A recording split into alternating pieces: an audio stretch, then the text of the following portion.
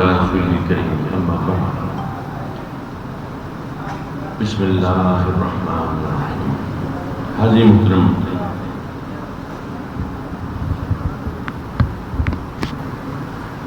ہمارے اندر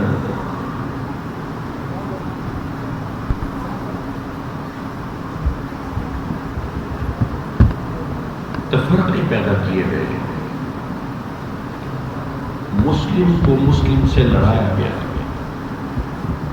اور یہ آج سے نہیں ہوا، یہ دور رسالت مآب سے اس کی کوششیں شروع ہو گئی. اس کے بعد جب خلفائے راشدین کا دور آیا تو سوائے سیدنا صدیق اکبر کے تمام خلفائے راشدین آپ کو قتل کیا گیا. واقعہ کربلا رونما ہوا، جنگ جمل، جنگ صفین اور ایسی لڑائیاں جو مسلمانوں کو آپس میں لڑانے کے لیے وہ یہودی سازشیں اور منافقوں نے کی، وہ آج بھی جاری ہے. مسلمانوں کی سازشیں آج بھی تل ابیب کی ان درسگاہوں میں ہو رہی ہے جہاں پر اسلام پڑھایا جا رہا ہے یہودی بچوں کو، اس نیت سے پڑھایا جا رہا ہے کہ وہ ہمارے درمیان بیٹھ کے ہماری فالٹ لائنز کو جان کر ہمارے درمیان یہاں انتشار پیدا کرے، پھر ایک دوسرے کے خلاف قتل کے فتوے، پھر ایک دوسرے کے خلاف کافر اور مرتد، پھر کہیں گولی، کہیں بارود، کہیں انسانی اعضاء کے ٹکڑے، اور وہ سب بیٹھ کے دیکھتے ہیں تماشا. 13 لاکھ یہودی 2.5 ارب سے زیادہ مسلمانوں کے اوپر ظلم کرتے ہیں، ہمارے بچے مارتے ہیں. یہ ساؤنڈ والا ذرا تھوڑا سا اس کو مینیج کرے، ساؤنڈ زیادہ ہے.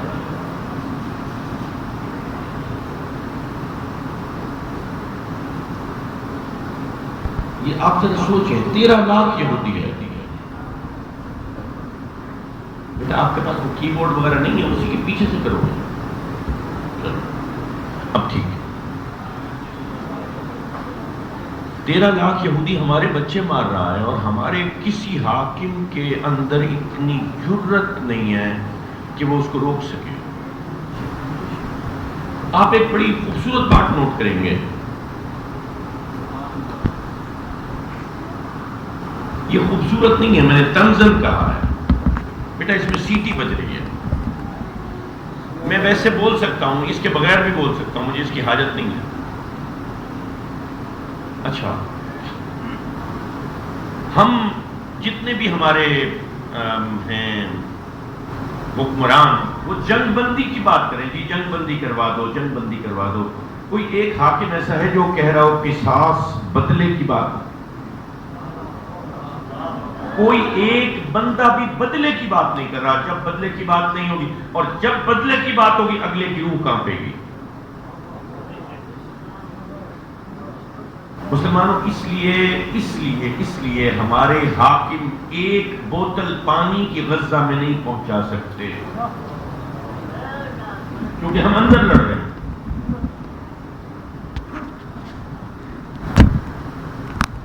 ہمارے اندر ایسی چیزیں پیدا کی گئی جو ہمارے اندر نہیں تھی. تحریفات ہو رہی ہیں، یار یہ بچوں نے پھینک دیا ہے،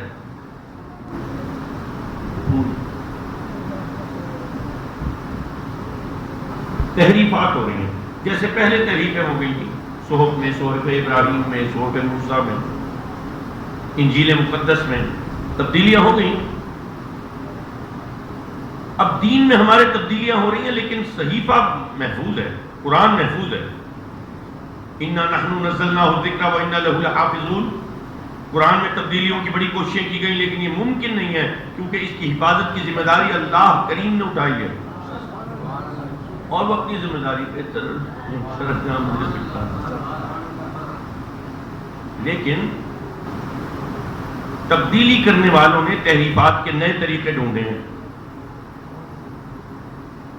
انہوں نے ترجموں میں گڑبڑ کی ہے. ترجموں، یہ تحریفات جو پہلے ہوتی رہی ہیں مذاہب میں، ادیان میں، وہ ہو رہی ہیں مسودوں میں، وہ ہو رہی تھی صحیفوں میں، وہ ہو رہی تھی کتابوں میں. کہیں پر کوئی ورقہ پھاڑ دیا، کہیں پر کوئی ایڈیشن کر دیا، کہیں پر کوئی ڈیلیشن کر دیا، کوئی نکال دیا، کوئی حذف کر دیا، کوئی شامل کر دیا، کوئی زیر زبر کر دیا، کوئی ایک لفظ اضافی ڈال دیا.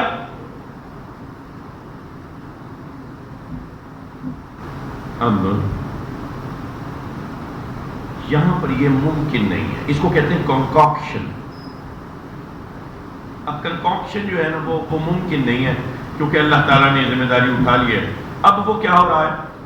اب تراجم میں گڑبڑ ہو رہی ہے. اب کچھ گڑبڑیں اور طریقوں سے ہو رہی ہیں. مثال کے طور پہ ایک مثال دیتا ہوں. ایک آیت ہے واللہ خیر الرازقین، اور اللہ بہتر رزق دینے والا ہے. یہ ترجمہ ہے اس کا نہیں، حالانکہ اس کا یہ ترجمہ نہیں ہے. یہ اس کا ترجمہ. اب جب یہ ترجمہ آ گیا اور یہ عرف عام میں چھا گیا اور ہر دکان کے اوپر لکھا دیا گیا اور ہر بندہ یہ سمجھا ہاں اللہ ہی ہے جو صرف رزق دینے والا ہے، تو اس کے بعد داتا کہنا شرک ہو گیا، کیونکہ داتا فارسی کا لفظ ہے جس کا مطلب ہے دینے والا یا رزق دینے والا. اب جب داتا کہنا شرک ہو گیا تو داتا کہنے والا مشرک ہو گیا. جو مشرک تھا اگر پہلے مسلم تھا تو مرتد ہو گیا، مرتد ہوا تو واجب القتل ہو گیا، پھر بم پھاڑ تو گولی مار تو انتشار پیدا ہو گیا، فالٹ لائنز پیدا. حالانکہ اس آیت کریمہ کا مطلب ہی یہ نہیں تھا.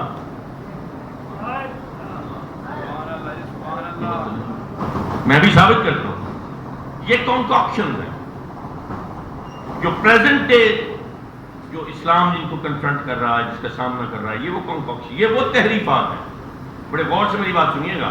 میں یہاں پہ 10 منٹ 12 منٹ 15 منٹ سے شاید زیادہ نہ بول پاؤں. دیکھو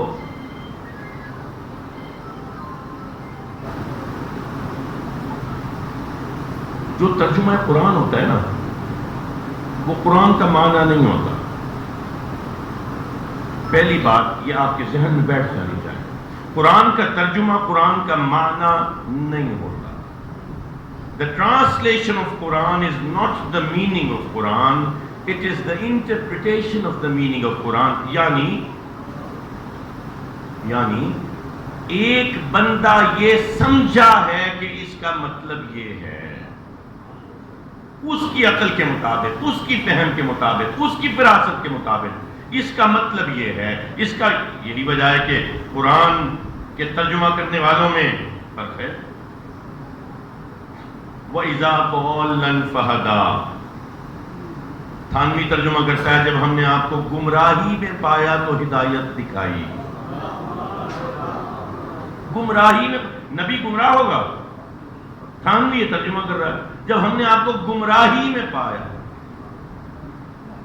اور غزالی زمان نے ترجمہ کیا اور جب ہم نے آپ کو اپنی محبت میں گم پایا.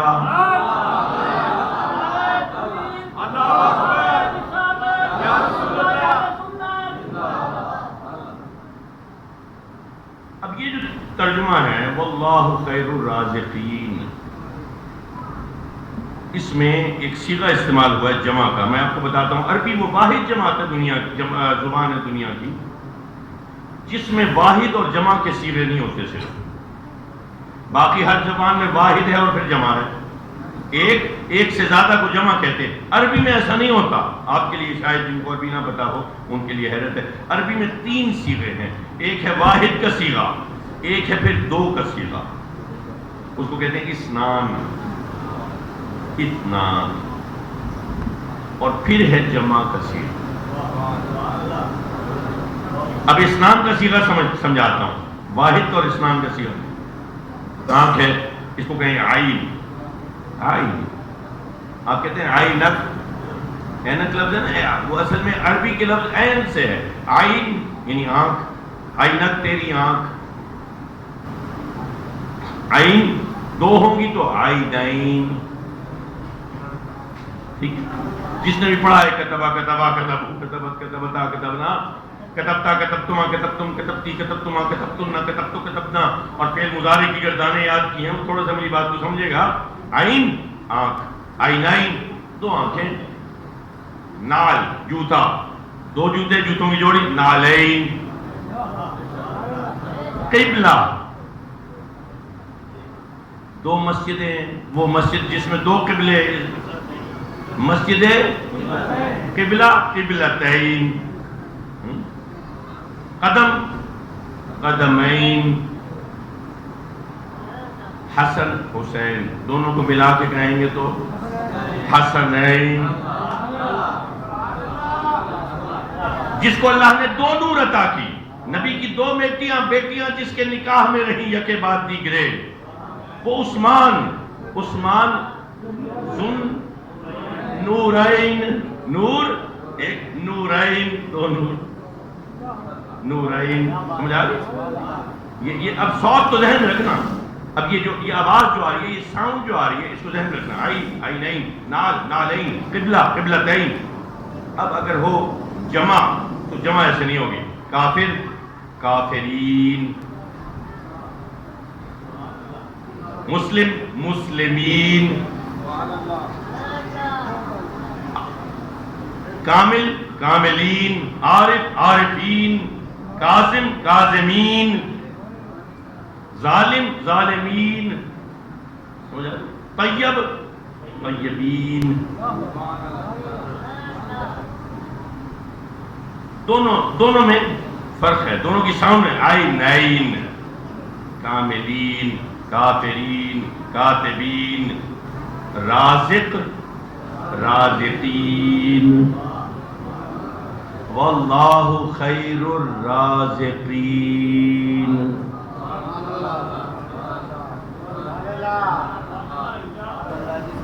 اللہ رزق دینے والوں میں بہتر ہے.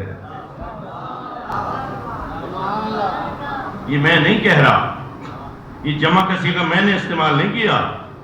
کس نے استعمال کیا ہے؟ واللہ خیر الرازقین. جو رزق دینے والے ہیں میں ان کا بھی رازق ہوں. یعنی اگر کسی کو اللہ کی عطا سے رزق حاضر کرنے والا مان لیا جائے تو اس میں کوئی کفر اور شرک والی گنجائش بھی نہیں، شائبہ تک نہیں ہے، شائبہ تک نہیں.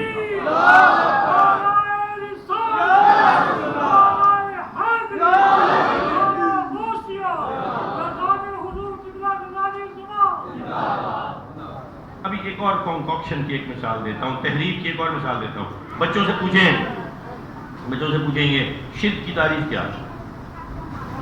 بچہ کھڑے ہو کے کہے گا اللہ کی ذات اور صفات میں کسی کو شریک کرنے کا نام شرک ہے.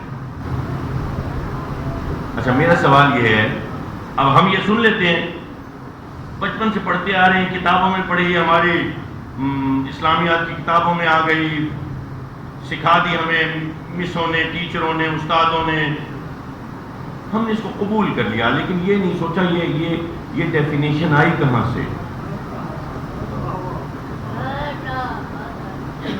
کیا کسی پرانی آیت کا ترجمہ ہے، یا ماخذ ہے، یا نچوڑ ہے، یا درد ہے، یا پریسپیٹیٹ ہے؟ کیا کسی حدیث کا معنی ہے؟ کیا کسی امام نے، ائمہ اربعہ میں سے کسی نے فرمایا ہے؟ کیا خلفائے راشدین نے؟ کیا عشرہ مبشرہ نے؟ کیا صحابہ کرام نے؟ کیا تابعین نے؟ کیا تبع تابعین نے؟ کیا امام نووی نے؟ کیا ابن حجر اسقلانی نے؟ کیا جلال الدین سیوطی نے؟ کہیں سے نہیں ہے. اس کا کوئی سر پیر ہے ہی نہیں. کہاں سے آئی ہے؟ یہ آئی ہے تل ابیب کی فیکٹری سے. شرک کی تعریف میں بتاتا ہوں آپ کو، یہ ذہن نشین کر لینا، شرک کی تعریف نہیں بھولنا. شرک کی تعریف ہے اللہ کے سوا کسی کی عبادت کرنا، یا کسی کو عبادت کے لائق سمجھنا شرک ہے.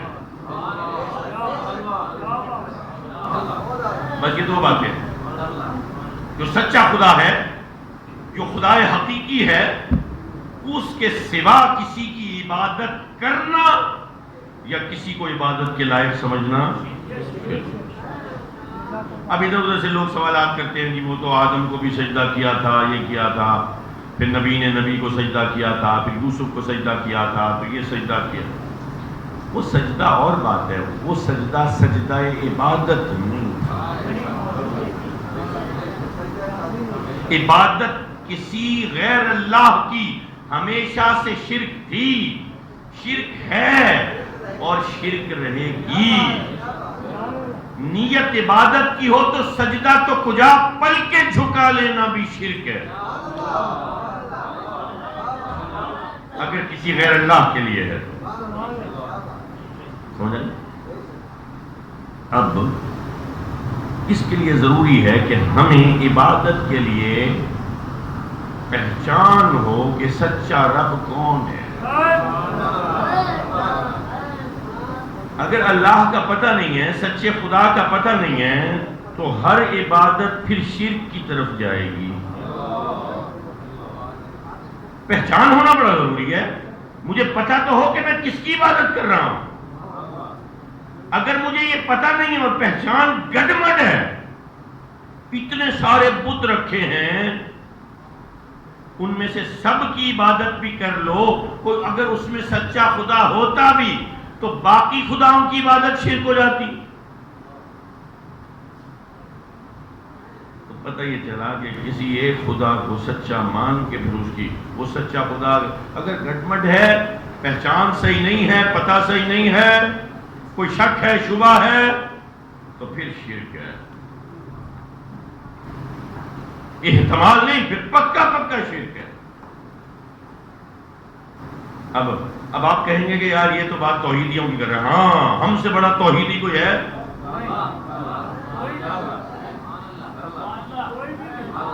اپنے آپ کو توحیدی کہنے والوں ذرا میری بات غور سے سننا۔ وَفِيكُمْ سَمَّاعُونَ لَهُمْ، اور تمہارے درمیان ان کے سننے والے موجود ہیں، تو سنو اور پہنچا دو کہ جاوید سید کاظمی آیا تھا، یہ کہہ کے گیا ہے، اس کا جواب لے کے آئیں۔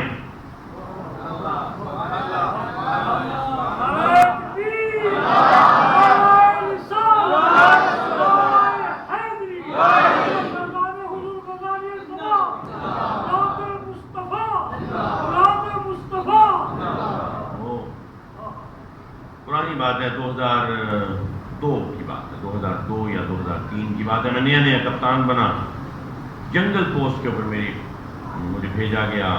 وہ پوسٹ کمانڈر تھا، میں تقریباً 40-45 بندہ تھا۔ وہ پوسٹ 3 چھوٹی چھوٹی پوسٹوں کا ایک کمپلیکس تھی، مجموعہ تھی، ذمہ داری بڑی تھی، ٹریننگ تھی، پتہ ہوتا ہے ان دنوں ذرا سیکٹر بھی بڑا ہاٹ تھا، جمالی صاحب کا نیا نیا دور تھا، تو ایک دوسرے کی طرف بڑے نقصانات ہو رہے تھے۔ کبھی وہ لوگ ہماری کسی پوسٹ پر حملہ لگا کر دیتے چھپ کے، اور لاشوں کی بے حرمتی بھی کرتے، نقصان بھی کرتے، کبھی پھر جوابی طور پہ ہم کرتے، تو ہم بھی، ہمارے بھی جوان چلے جاتے، سر کاٹ کے لے آتے، تو نقصان کافی ہو رہا تھا۔ اس لیے بڑا ویجیلنٹ رہنے کی، ہوشیار رہنے کی، جاگتے رہنے کی ضرورت تھی۔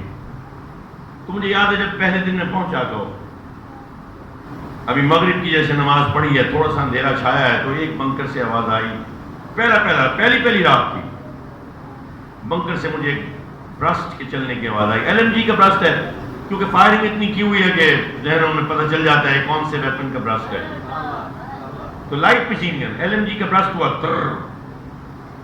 تو میں پریشان ہوا، ذرا تشویش لاحق ہوئی۔ میں نے فوراً سے فیلڈ ٹیلی فون اٹھایا، وہ جنگل فارورڈ کے اوپر یا OP کے اوپر وہ صوبیدار صاحب ہوتے تھے، میں نے ان سے پوچھا کہ وہ یار یہ پھول نہ پھینکا کرو، یہ نہ چپتے رہتے ہیں پھر۔ اچھا، میں نے ان سے پوچھا یہ صاحب یہ برسٹ فائر ہوا ہے؟ کہنے لگے سر اسپیکولیٹو فائر ہے۔ کیا ہے؟ اسپیکولیٹو فائر ہے، یعنی اندیشے میں ایسے چھٹا مار دیا ہے، اندیشہ گزرا ہے شاید کچھ ہے، ایسے چھٹا لگ گیا نہ لگا۔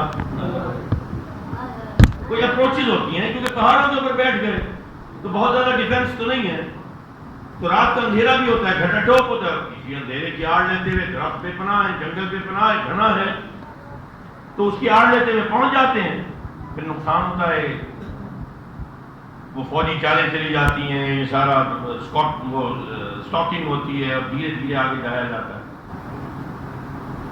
اچھا ہوا یہ کہ تھوڑی دیر کے بعد ایک تینوں واجب القتل ہو پر صحیح نمازی تب بن گئے، نمازی ہو گیا ہے، یہ بڑی اچھی بات ہے۔ تو میرے والد نے اس بچے سے پوچھا کہ بیٹا کس کی عبادت کرتے ہو؟ کہنے لگا پیر صاحب آپ کو اتنا بھی نہیں پتا، خدا تو ایک ہی ہے، اسی کی عبادت کرتے ہیں، یہودی کا بھی خدا وہی ہے، عیسائی کا بھی خدا وہی ہے، ہندو بھی خدا کو مانتے ہیں، مسلم بھی خدا کو مانتے ہیں، تو خدا کی عبادت کرتے ہیں، اور کس کی عبادت کرتے ہیں؟ آپ کو یہ بھی نہیں پتا؟ مسلمانوں مجھے ایمان سے بتاؤ، تمہارے خدا کی بیوی ہے؟ عیسائی کے خدا کی بیوی ہے، پھر تمہارا اور عیسائی کا خدا ایک ہو سکتا ہے؟ یہ بتاؤ تمہارے خدا کا بیٹا ہے؟ بیٹا بھی نہیں ہے، تو پھر تمہارا اور یہودی کا خدا ایک کیسے ہو سکتا ہے؟ یہودی کے خدا کا تو بیٹا ہے۔ اچھا یہ بتاؤ تمہارا خدا جسم رکھتا ہے یا وہ جسم کی کثافت سے پاک ہے؟ پاک ہے۔ تو یہ جو ہندوؤں کا خدا ہے یہ تو جسم اوڑھ کے زمین پہ آ جاتا ہے انسانی حالت میں، کبھی بندر بن کے، کبھی ہاتھی بن کے، کبھی ناگ بن کے۔ اس کا مطلب یہ ہے کہ تمہارا اور ہندو کا خدا ایک نہیں ہو سکتا۔ یہ یونانی خدا ہیں، ہیرا، زیوس، کلوپیٹرا، اینڈرومیڈا۔ تذکیر و ہرکیولیس، تذکیر و تانیث میں کوئی مرد خدا، کوئی عورت خدا۔ تمہارا خدا تو تذکیر و تانیث سے ماورا اور پاک نہیں ہے، تو پھر تمہارا خدا اور یونانیوں کے خدا ایک کیسے ہو سکتے ہیں؟ یہ مولوی آج کل جو بتا رہے ہیں کہ نہیں خدا تو ایک ہی ہے، خدا تو ایک ہی ہے، وہ ایک حمد بنا کے ایک چیز ہمارے درمیان چھوڑی گئی ہے، وہ بھی تل ابیب کی فیکٹری سے آئی ہے۔ نہ تیرا خدا کوئی اور ہے، نہ میرا خدا کوئی اور ہے، یہ جو راستے ہیں جدا جدا، یہ معاملہ کوئی اور، یہ ہمارے دماغوں میں، ہمارے بچوں کے دماغوں میں یہ ڈالا جا رہا ہے خدا تو ایک ہی ہے، ہمارا خدا اور کافر کا خدا ایک نہیں ہے۔ چلو میری نہیں مانتے، ہو سکتا ہے کوئی کہے آپ نے ایسے بنا دیا تو یہ بنا دیا، قرآن سے پوچھتے ہیں۔ قرآن میں ایک سورہ ہے جس کا نام ہے کافرون، قرآن کا سورہ الکافرون۔ کس کس کو یاد ہے زبانی؟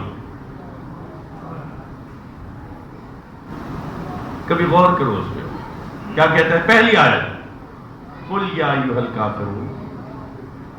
اللہ تعالیٰ فرما رہا ہے اپنے نبی سے، فرما رہے اے نبی ان کافروں سے فرما دیجئے،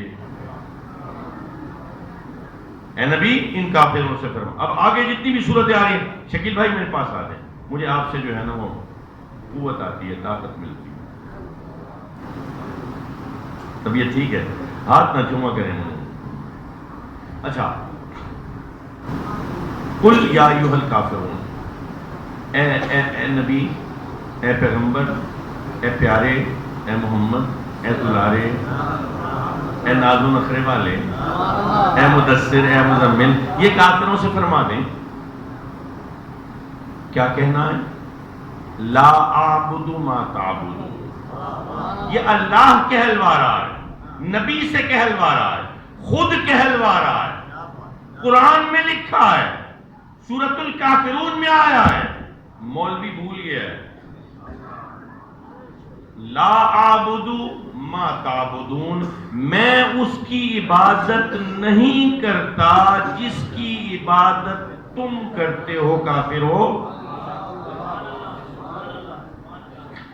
یہ دوسری آیت یہ ہے قل کے بعد والی قل یا ایھا الکافرون کے بعد کی پہلی آیت یہ کہ لا اعبد، میں اس کی عبادت نہیں کرتا، ما تعبدون، جس کی عبادت تم کرتے ہو.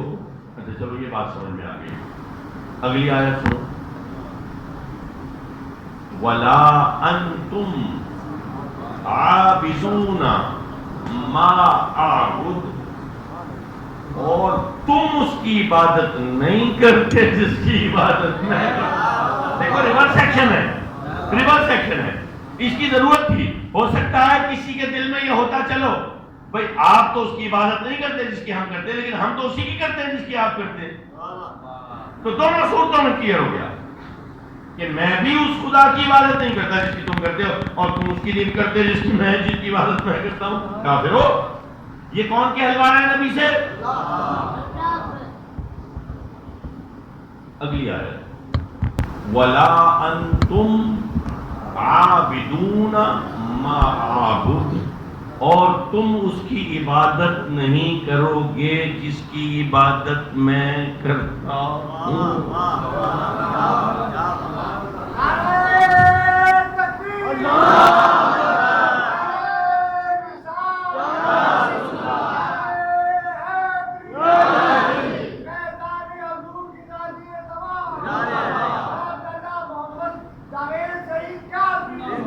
نہ تیرا خدا کوئی اور ہے نہ میرا خدا کوئی اور.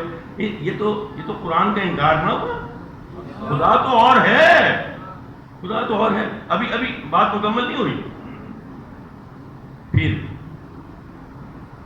پھر اللہ تعالیٰ قرآن میں فرماتا ہے وَلَا أَنْتُمْ عَابِدُونَ مَا أَعْبُدُ، اور تم اس کی عبادت نہیں کرو گے جس کی عبادت میں کرتا ہوں. لَكُمْ دِينُكُمْ، تمہارے لیے تمہارا دین، ولی دین، اور میرے لیے میرا دین. بار بار 4 دفعہ مسلسل ریپیٹیشن میں ایک ہی بات مختلف انداز سے دہرا دی. میں اس کی عبادت نہیں کرتا جس کی تم کرتے ہو، تم اس کی عبادت نہیں کرتے جس کی میں کرتا ہوں. میں اس کی عبادت نہیں، تم اس کی عبادت نہیں کرو گے جس کی میں عبادت کرتا ہوں. میں اس کی عبادت نہیں کروں گا جس کی عبادت تم کرتے ہو. بالکل واضح، کوئی شک اور شبہ رہ نہیں گیا کہ مسلم کا خدا اور ہے، کافر کا خدا. اب جو لوگ یہ سمجھتے ہیں کہ خدا تو ایک ہی ہے، اس کا مطلب ہے ان کو خدا کی پہچان. جب خدا کی پہچان نہ ہو اور پھر عبادت ہو رہی ہو تو پھر وہ شرک ہو جائے گی.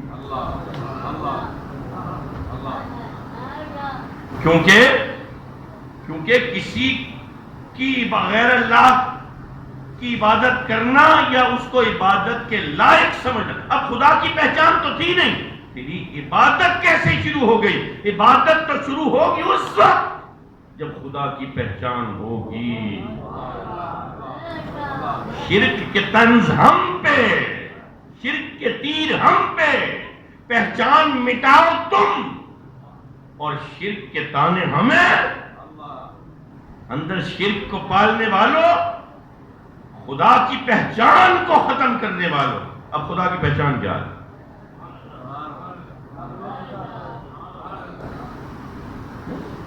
نمازی تب بن گئے، سجدے ہیں سارا دن، ٹھک ٹھک ٹھک ٹھک ٹھک ٹھک ٹھک ٹھک. یہ سجدوں کی ٹھک ٹھک نہیں ہے، یہ اسپیکولیٹو فائر ہے سجدوں کا. پتہ ہے نہیں ہدف کیا ہے، ایسے ہی بس پتہ تو ہو کس خدا کی عبادت کر رہا ہے. کیونکہ اگر خدا غلط ہے تو شرک ہے، اور تجھے پتہ نہیں ہے. جب تجھے واضح ہی نہیں ہے تو پھر تو لازماً شرک ہے. پھر صرف نماز نہیں، پھر تیرے روزے بھی، پھر روزے نہیں، پھر زکاتیں بھی، پھر زکاتیں نہیں، تیرے عمرے بھی، تیری سیاح بھی، تیرے طواف بھی، تیرے حج بھی شرک ہوئے جب تجھے سچے خدا کا پتہ نہیں ہے.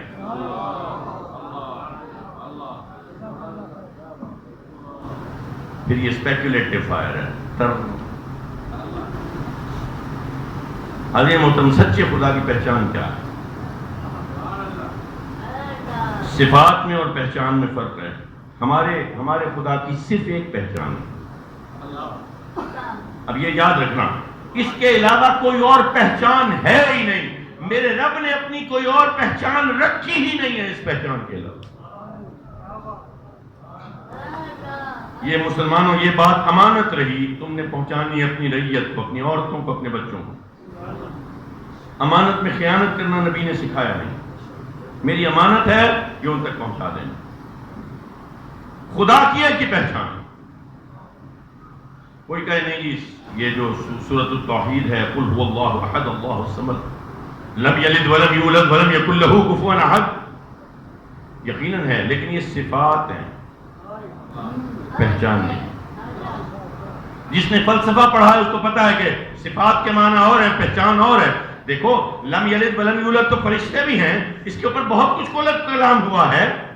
فلسفیوں نے، فقہاء نے، علماء نے بہت باتیں کی ہیں، لیکن یہ میرا موضوع نہیں ہے. میں تو صرف یہ کہہ رہا ہوں یہ پہچان نہیں. مثال کے طور پہ یہاں پر کوئی، میں نے پیسے منگوائے ہوں، مجھے ضرورت ہو یار یہ سیلاب زدگان کے لیے، کہتے جی میں نے فلاں بندے کو دیے، تو میں کہوں گا یار اس کی پہچان کیا ہے؟ تو وہ کہے جی وہ سچ بولتا.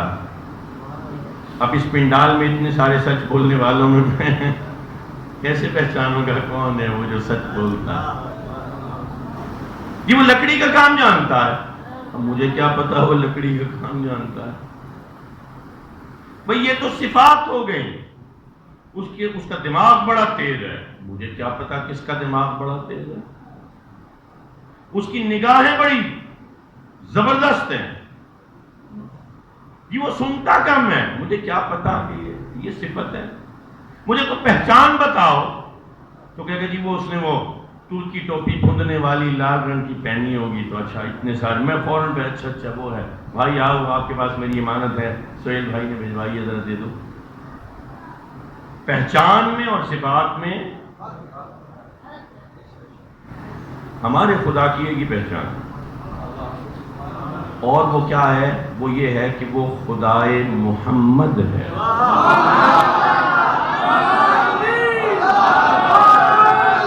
صلی اللہ علیہ وسلم.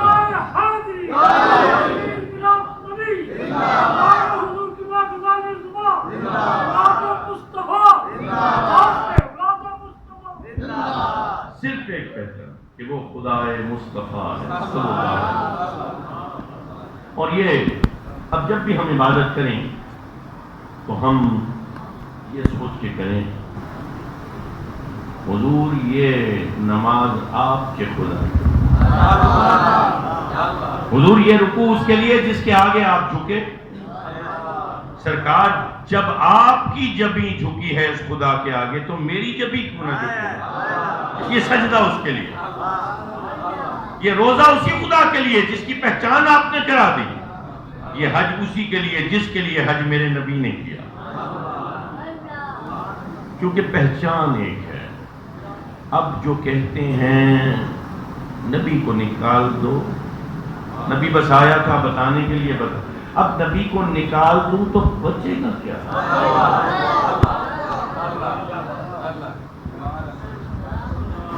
توحید کے لیے عقیدہ توحید مجبور ہے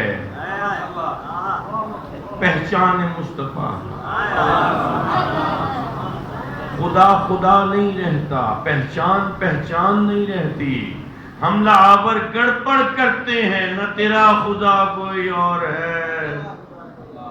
وہ یہ والے عقائد آتے ہیں جبکہ عقیدہ کیا ہے؟ عقیدہ ہے لا اعبد ما تعبدون.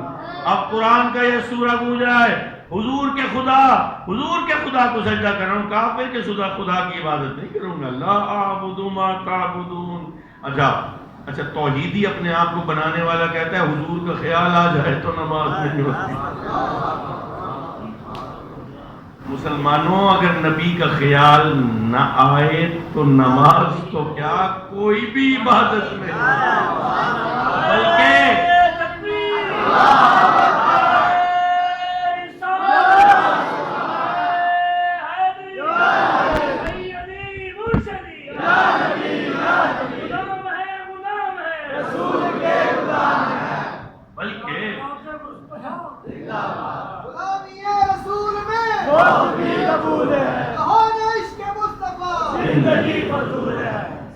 بلکہ اگر حضور کا خیال نہیں آیا عبادت میں اور گٹمٹ ہو گیا کتنا تیرا خدا کوئی اور ہے تو پھر نماز نہیں رہتی، شرک ہو جاتی ہے۔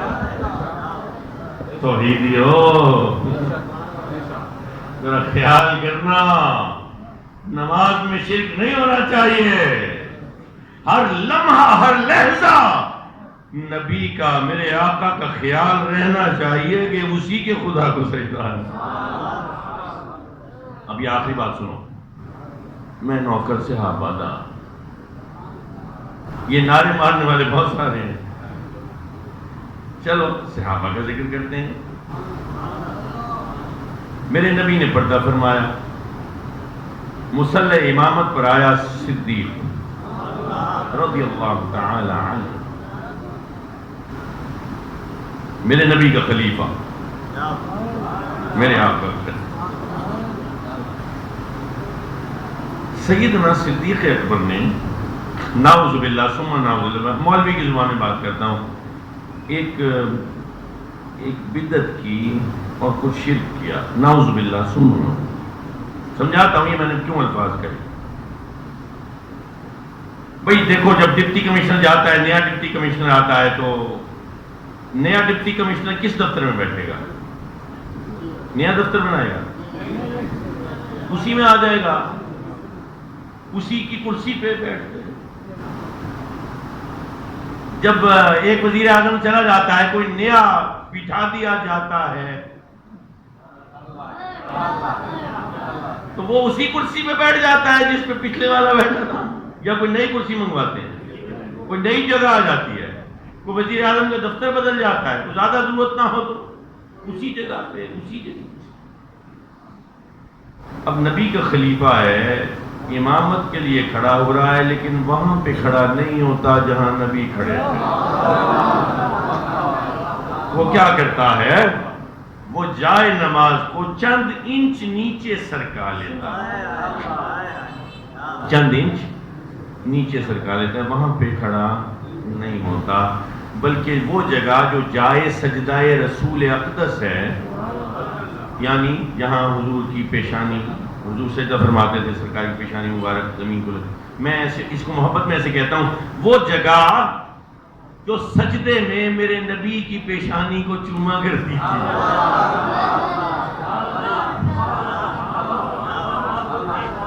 جب حضور سجدہ کرتے ہوں گے، زمین کا وہ حصہ، اچھا آپ نے ایک تو یہ والی بدعت کر دی کہ پیچھے اپنا جائے نماز چلنے، دوسرا ایک بدعت اور یہ ہوئی کہ ایک ستون بنا دیا عین اس جگہ پر جہاں حضور سجدہ فرماتے تھے۔ وہ ستون آج بھی ہے، آپ چلے جائیں کسی سے بھی پوچھ لیں کہ استوان ابی بکر دکھا دے،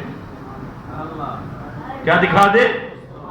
یعنی ابو بکر کا ستون، استوان ابی بکر، یہ نام ہے، اس ستون کا استوان ابی بکر، وہ آج بھی موجود ہے، آج بھی موجود ہے۔ وہ چھت کو سپورٹ کرنے کے لیے نہیں بنا تھا، وہ اس لیے بنایا تھا کہ یہاں پر سیدنا صدیق اکبر نے یہ چاہا کہ ادھر دوبارہ اب کوئی سجدہ کرنے کی جرت،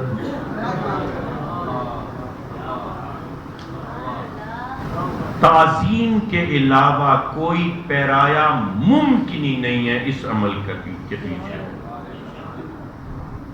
کہ چونکہ ویسی پیشانی کوئی ہو نہیں سکتی۔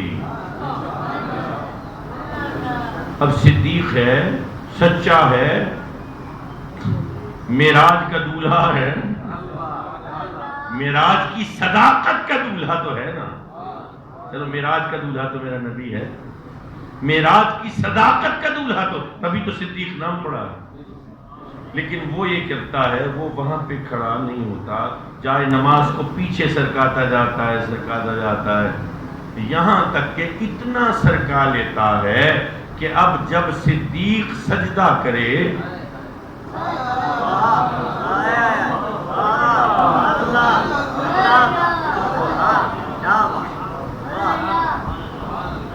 صدیق کے پیشانی عین اس جگہ پر ہو جہاں میرے نبی کے قدموں کے نشان. بھائی بدعتوں کے بعد پھر شرک کی باری آ جاتی ہے نا. اب بتاؤ مولویوں لگاؤ فتویٰ شرک کا. بھائی میں نوکر صحابہ کا کہنا بڑا آسان ہے لیکن صحابہ کے عمل کے اوپر آنا بڑا مشکل. سرے صدیق اکبر ہے اور جائے سجدہ امام کا ہے. کیسے جلیل القدر صحابہ کھڑے ہیں. عمر فاروق ہیں, عثمان غنی ہیں, علی المرتضیٰ ہیں, حسن اور حسین ہیں. ارے وہ حبشہ کا وہ بلال مظفر ہے رضی اللہ تعالیٰ عنہ. وہ ابو عبیدہ بن جراح ہے. وہ اکرمہ رضی اللہ تعالیٰ عنہ بن ابی جہل, بڑے بڑے جرنیل. خالد بن الولید بھی ہے, بڑے بڑے جرنیل, بڑے جید اور عظمت والے صحابہ ہیں. ان صحابہ کی عظیم ترین جماعت کا امام وہ قیامت تک کے آنے والے مسلمانوں کو یہ پیغام دے رہا ہے کہ اگر تمہارے سجدے قبول ہوں گے تو ان قدموں کے وجود کی برکت سے ہوں گے.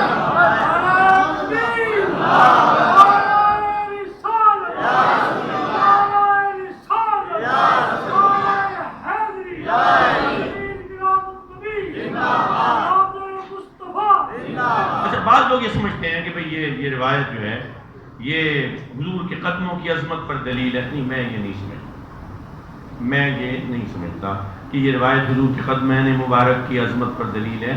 میں تو یہ سمجھتا ہوں کہ یہ تو حضور کے قدموں کے نشانوں کی عظمت پر دلیل ہے.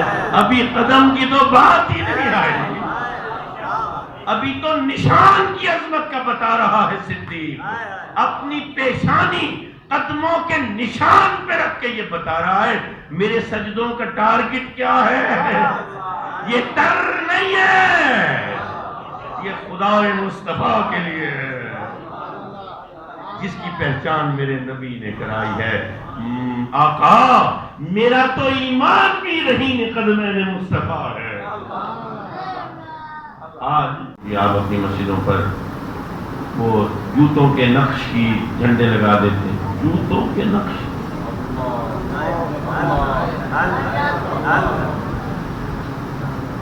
نالین پاک کے نقش کے آپ جھنڈے ہم یہاں بھی سجا لیتے ہیں, یہاں بھی سجا لیتے ہیں, دل پہ بھی لگا لیتے ہیں, ادھر بھی لگا لیتے ہیں.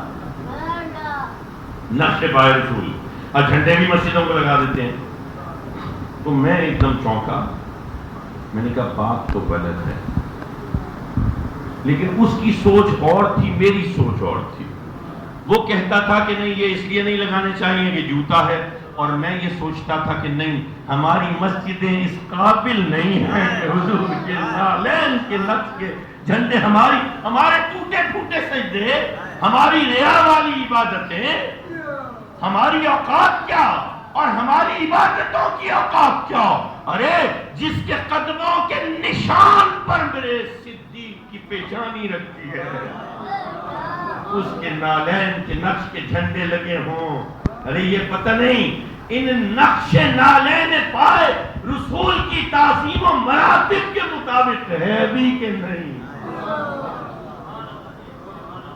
مسلمانوں اگر دامن مصطفیٰ گیا تو توحید گئی, توحید گئی تو عبادت گئی. تمہارے پاس ایک ہی دولت ہے, ایک ہی دولت. دین میں مصطفیٰ کے سوا رکھا کیا, وما علینا الا البلاغ.